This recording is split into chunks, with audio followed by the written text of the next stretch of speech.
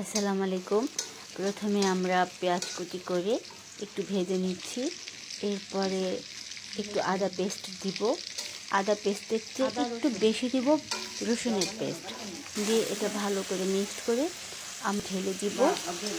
বড় চিংড়িগুলো আমি একটু মাঝারি করে টু পিচ করে নিয়েছি, দিয়ে ভালো করে কষিয়ে পানি দিয়ে এরপরে একটু গুঁড়ো হলুদ দিয়েছি, স্বাদ মতো লবণ, এরপরে দিব গুঁড়ো মরিচ গুঁড়ো।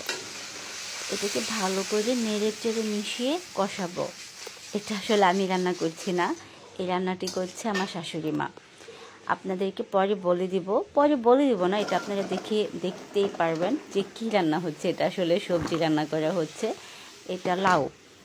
আমরা একটা গানে শুনেছি লাউ বানায় নাকি বৈরাগী। আমরা লাউটাকে ভালো করে নেড়ে চেড়ে ঢেকে দিব। ঢেকে এরপরে উঠিয়ে আবার একটু দেখব সিদ্ধ হয়েছে কিনা। চিংড়ি মাছ দিয়ে লাউ আমরা অনেকেই করে থাকি, খেয়েও থাকি, খুব টেস্ট হয়। কিন্তু কেন জানি আমার শাশুড়ির হাতের লাউ আর চিংড়িটা খুবই টেস্ট হয়। আপনারা আমার শাশুড়ি মা যেভাবে রান্না করেছে হয়তো বা সেভাবেই রান্না করেন। তারপরে বলবো সেম প্রসেসিংয়ে যদি রান্না করে দেখেন তাহলে খুব ভালো হবে, খুব টেস্ট হবে। একদম আসলেই বৈরাগী বানিয়ে দিবে, এত টেস্ট হয়। তো সবার শেষে আমরা একটু জিরে গুঁড়ো দিব। জিরে গুঁড়ো দিয়ে তারপর কিছুক্ষণ ওয়েট করে নামিয়ে ফেলব।